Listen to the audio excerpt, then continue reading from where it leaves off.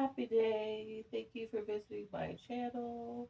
If you're new here, my name is Miriam.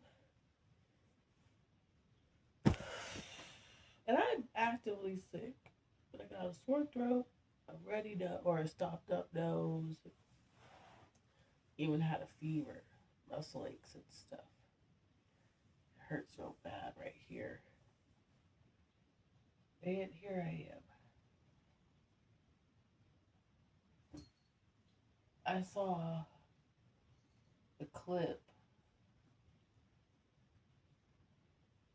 of a preacher who had a heart attack while he was preaching his sermon. And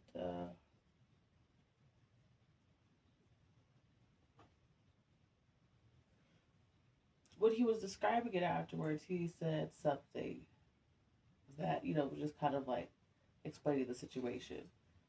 But for me, it struck a different chord, which was I hadn't realized because he was standing and when he sat down, that's whenever things got harder for him, is what he said.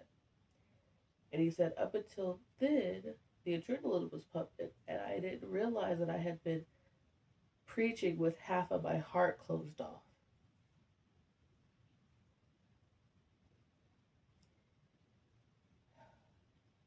And I think that's something that we do a lot of times.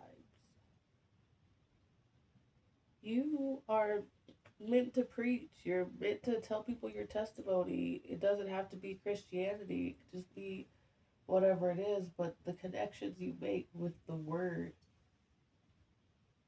with the messages from the divine, it's what you're meant to do, okay? And I need you to understand that because I shouldn't be recording this right now.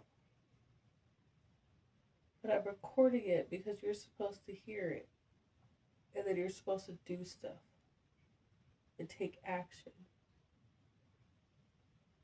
And you haven't taken the full action yet. You don't believe in yourself all the way yet. You're still scared. And that's okay. But what I will tell you is that we're going to die no matter what. And you have to decide, if you were to die today, did you say all the things you wanted to say? Or were you waiting for the right moment? Were you the person that you wanted to be?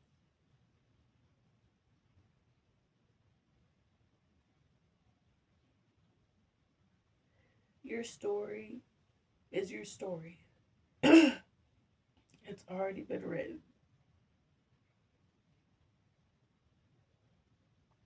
And you are simply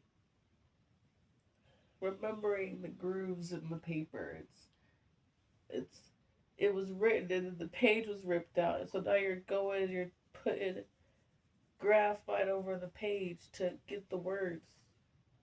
And sometimes they didn't press hard enough to give you all the words.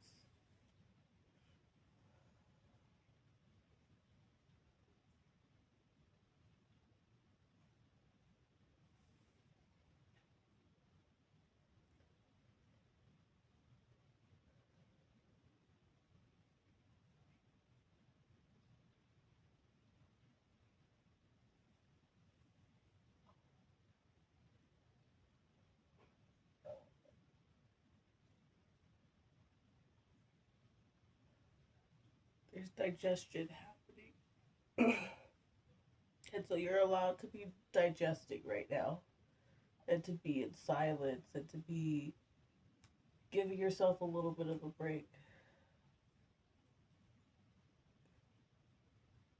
I think the biggest thing that you are struggling with is this balancing act of who you're trying to be and who you actually are. And sometimes your ego is so stuck teaching you the old patterns that it gets upset when you ask for different training. What? 505 when I say it though, so. Yeah. Okay, y'all. I'm gonna go to bed. And I'm gonna rest up. And then I'm gonna be so much better. Uh, but in the meantime, lovies. Ooh, y'all stay. Y'all look out for the numbers and stay synchronized. My kid got me sick, by the way. I don't ever care when my kid is sick. I'll always cuddle up and I let them get me sick. So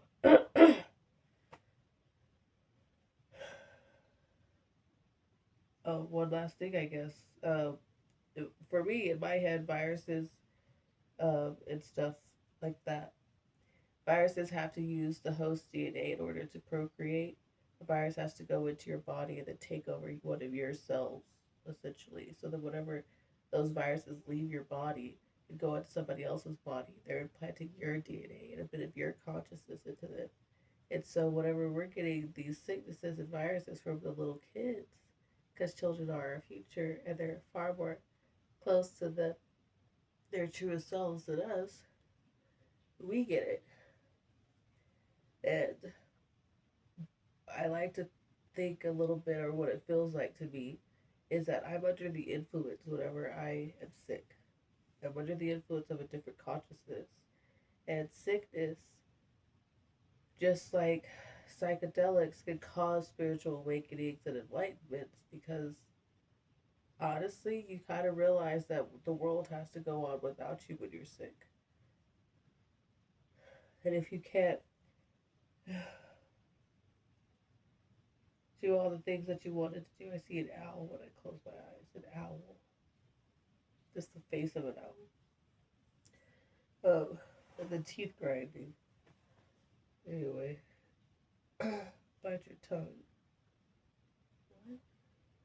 Okay, bye. I'll see you later.